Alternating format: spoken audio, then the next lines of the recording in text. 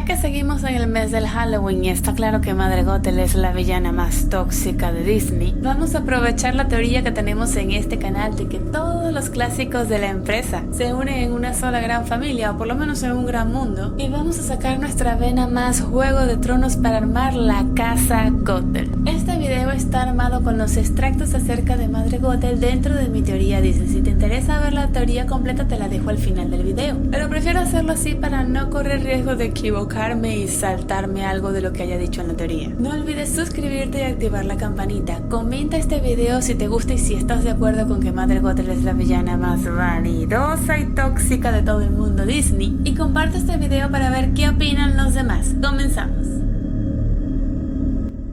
Así que con esta información saltaremos a las naciones bálticas de este mundo, concretamente a Polonia, para echarle un vistazo a la historia de la madre del mal, Madre Gothel. En la Edad Media, Gothel es una aprendiz de hechicería que acaba corrompida por un demonio que quizá no sea directamente Chernobyl, pero sí uno de sus principales esbirros, ya que podríamos esperar que, a estas alturas, Chernobyl ya tuviese consolidado como el rey del infierno y tuviese una estructura más o menos robusta de demonios mayores y menores, parecido a la distribución que tendríamos en nuestra mente en el mundo real del infierno, más o menos como lo describe Dante Alighieri. Gothel vendría a ser como el premio mayor para el demonio que logró corromperla, ya que ésta encontró la gota del sol en una flor mágica, con la que pudo mantenerse viva y joven por varios siglos, los cuales dedicó a su vanidad desmedida, por lo que muy seguramente llegó a tener varios hijos durante todo este tiempo, pudiendo abandonar a algunos y elegir criar a otros a quienes heredaría sus dotes de hechicería, o villanía, o ambas. Con esto, Gothel pasa a convertirse en Madre Gothel, mucho antes de raptar a Rapunzel, iniciando una línea sanguínea de villanos, todos medios hermanos por parte de Gothel. En lo que respecta a la Edad Media, tendríamos las primeras dos hijas, una primogénita malvada y una hija buena, pero siendo ambas unas prodigiosas con la magia. Como su primogénita, tendríamos a Madame Mim, la enemiga del mago Merlín en la espada en la piedra. El tema con Mim es que está loca, muy loca, y se obsesiona con la magia y poder hacer lo que le dé la gana con ella, hasta que Gothel se harta y la abandona en Inglaterra, lo cual destruye su último gramo de cordura y se dedica el resto de sus días a atormentar a todos aquellos que se crucen en su camino. Luego tenemos a la segunda hija, también muy habilidosa con la magia y un genio para los negocios, además de tener excelentes dotes artísticas para tallar en madera, aunque solo talla osos ya que está algo obsesionada con ellos. Con el tiempo, Gothel y su segunda hija se hartan mutuamente, por lo que esta vez es ella quien abandona a su madre y decide irse lo más lejos posible, siguiendo la senda de su hermana mayor, pero al ver que ésta está completamente descontrolada, decide que no quiere tener nada que ver con ella y continúa su camino hacia el norte, haciéndose una cabaña oculta entre los densos bosques de Escocia, donde adopta un cuervo y se dedica a tallar osos de madera hasta que un día un príncipe llega pidiendo un hechizo que le permita cambiar su destino. Ella se lo concede, pero eso no sale nada bien y se promete que no volverá a ejercer como bruja y solo se dedicará a tallar sus osos de madera. Hasta que, claro, después de muchos años, una princesa pelirroja aparece para pedirle un hechizo con el cual cambiar su destino y el de su madre. Luego de lo acontecido en Valiente, no sabemos más de la bruja y solo podemos suponer que sigue por los bosques de Escocia tratando de llevar una vida tranquila y lejos de los desastres que pueda ocasionar la magia. Y sus siguientes dos hijos que serían los grandes villanos del Renacimiento en Europa. Para respetar el orden cronológico, volveremos a Rusia para conocer al primer varón de Gothel, un brujo muy talentoso, inteligente y tan ambicioso como su madre, Rothbard. Rothbard tuvo el ingenio de concentrarse en tres áreas específicas de la magia para estudiarlas y perfeccionarlas con el fin de alcanzar un impresionante nivel de maestría. Estas áreas serían el poder de crear, el poder de transformar y el poder de destruir, siendo transformar su especialidad, mientras que crear le costaba un poco más, por lo que requeriría de una mayor concentración si quería pasar de unas simples ilusiones. En cuanto al poder de destruir, logró desarrollar la teoría, pero no parece que haya podido dominar la práctica. A pesar de que sí podía matar, pero matar y destruir no es lo mismo. Rothbard además tenía una labia tan impresionante como su propia magia, y Gothel lo crió y malcrió a su imagen y semejanza, tanto que terminó traicionándola, al estilo cría cuervos y te sacarán los ojos, largándose sin ella a Rusia, junto con todos sus escritos sobre los 3 poderes que había desarrollado, y se convirtió en el gran animal y villano principal de la princesa encantada. Y para cerrar el Renacimiento en Europa, es hora de enfocarnos en la mayor villana de todo Disney, Maléfica. Aquí nos vamos a tardar un rato. Luego de que sus pésimas experiencias con sus 3 primeros hijos la dejaran un poco marcada, Gothel tiene una 4ª hija a la que con desprecio decide nombrar Maléfica. Con el tiempo, Gothel empezó a suavizarse un poco, ya que Maléfica era la hija perfecta. Era una niña muy obediente y callada que haría todo lo que su madre le pidiese sin protestar ni una sola vez. Y siempre con una sonrisa, como si realmente le complaciese servirle a su madre. Sin embargo, la sonrisa de Maléfica, por lo menos la que ella dedicaba a su madre, no era igual cuando ésta la veía a cuando ésta dejaba de verla. Pues a sus espaldas esta sonrisa se volvía realmente perturbadora, como si escondiese un odio muy profundo e intenciones siniestras que solo estaban esperando el momento justo para salir. Digamos que con Madre Gothel, esto del cría cuervos y te sacarán los ojos se acabará convirtiendo en un bucle sin fin. Maléfica no parecía tener dotes para la magia, pero en realidad sí se había obsesionado con esta, al igual que su hermana mayor Ming, a pesar de no haberla conocido, y podría aprender mucho de los documentos de su madre cuando ésta salía por días de su cabaña. Qué mala costumbre de esta mujer de dejar a los niños solos por días, pero bueno, villana al fin. Con el tiempo, Maléfica desarrolló una habilidad que Gothel no logró detectar a tiempo, y es que la niña se volvió muy buena para manipular. Con 15 años logró convencer a su madre de llevarla en uno de sus viajes, con la excusa de que así Gothel no tendría que cargar con sus pertenencias y podría viajar más cómoda. La ruta de Gothel era larga y algo extraña. El primer día llegaron al pie de una montaña donde acamparon, pero al otro día su madre misteriosamente se veía mucho más joven que la noche anterior. Más tarde ese día, Gothel engañó a un campesino para robarle su carreta. 2 días después, estaban de polizontes en un barco rumbo a unas islas a las que llegaron tras un día entero de viaje. Una vez allí, Gothel iba adquiriendo todo tipo de cosas extrañas de gente cada vez más misteriosa y rara. Algunos en la costa, algunos en la ciudad y otros ya directamente en los bosques. Luego de casi una semana, repitieron todo el viaje de vuelta hacia su cabaña. Gothel y Maléfica repitieron este viaje entre 4 y 5 veces durante un año, cuando ya Maléfica tenía 16. Estos viajes le permitieron a la joven enterarse poco a poco de cómo funcionaba la vida de su madre y qué otras fuentes de magia podía hallar, incluyendo la existencia de las hadas y los demonios, y su gran poder, por lo que ésta pensó que hacerse con ambos podrían hacerla invencible y lograr una ambición que había cultivado con el paso de los años: superar a su madre, a quien realmente odiaba.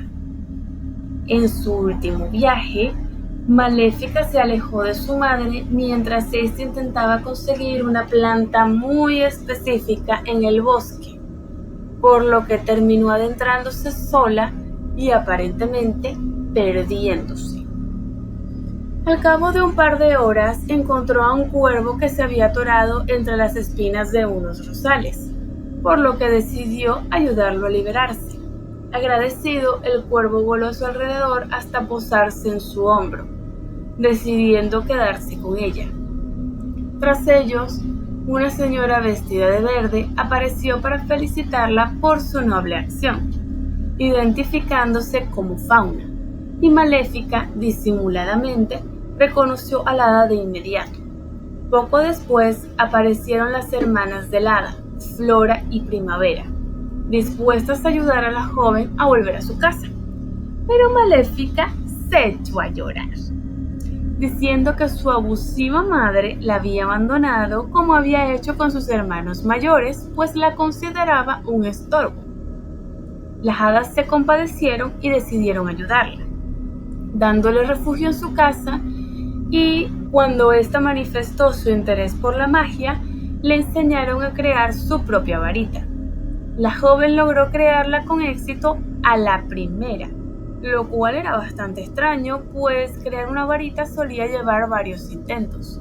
Cuando se lo hacen saber, Maléfica cambia por completo su dulce sonrisa a esa mueca perturbadora que solía hacer cuando su madre le daba la espalda.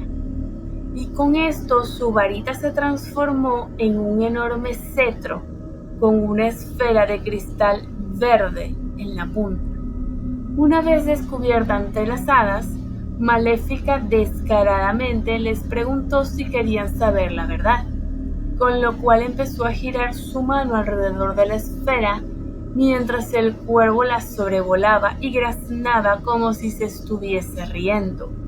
De la esfera surgió un humo que les mostraba a las hadas la vida de Maléfica y cómo ésta las había manipulado para obtener más poder. Pero cuando se decidieron a detenerla, la joven golpeó el suelo con el cetro y desapareció mientras el cuervo escapaba por la ventana.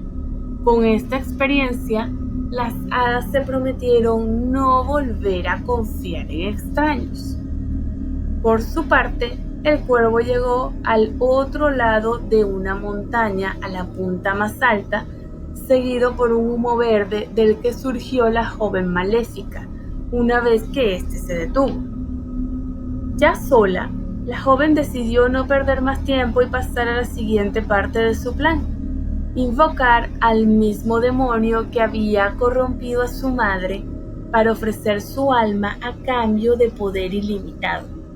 Con esto, su piel se tornó verde, su vestido violeta adquirió un intenso tono negro y de su cabeza brotaron 2 cuernos que simbolizaban su alianza con el demonio. Sintiendo tanto poder correr por sus venas, golpeó el suelo con su bastón y miles de piedras empezaron a apilarse por sí mismas, hasta formar la fortaleza de la ahora montaña prohibida. Con un segundo golpe, cientos de pequeñas criaturas repugnantes y armadas surgieron del suelo, identificándose como sus esbirros y sirvientes. Satisfecha, Maléfica se sentó en su nuevo trono y acarició a su fiel cuervo, al que decidió nombrar Diablo, en honor a su mayor benefactor. Pero la magia siempre tiene un precio, y sin saberlo, Maléfica tendría que pagarlo el resto de su vida, condenada a causar miedo y dolor a tantos humanos como pudiese, teniendo un único punto débil: el amor que ella nunca pudo ni podría llegar a sentir. Tenemos a la quinta hija de Gothel, Grimhilde, quien hereda de su madre la belleza, la vanidad, los espejos y el interés por la magia. Mas no tiene mucho talento mágico, por lo que la vemos dedicarse a las pociones y a embaucar hombres para casarse con ellos y que le cumpliesen todos sus caprichos. Yo la imagino como una viuda negra, que marido que consigue fallece misteriosamente a más tardar el año de matrimonio, y que curiosamente no tarda mucho en volverse a casar con algún hombre de mayor prestigio y fortuna, hasta llegar al rey Leopoldo, el padre de Blancanieves, quien es ya el que está en este punto en la cima de la cadena alimenticia porque no puede ir más allá de un rey. Con lo cual Grimhilde pasa a convertirse en la reina malvada, llevándose consigo uno de los espejos de su madre, así como varios de sus libros de hechizos, ni bien cumplió los 16 años, cuando se casó con su primer esposo, aprovechando que su madre estaba en uno de sus viajes. Quinta hija, quinta traición. Y lo peor es que en esta teoría, el daño de Grimhilde traspasó la brecha generacional, como si de una rubí se tratase, pues no pudo destruir a su hijastra, pero su legado acabó siendo la corrupción y condena de la futura princesa Larisa, quien acabó usando tanto sus trucos como los de sus hermanas mayores para tratar de evitar que Giselle le quitara su reino y su puesto como la mujer más importante.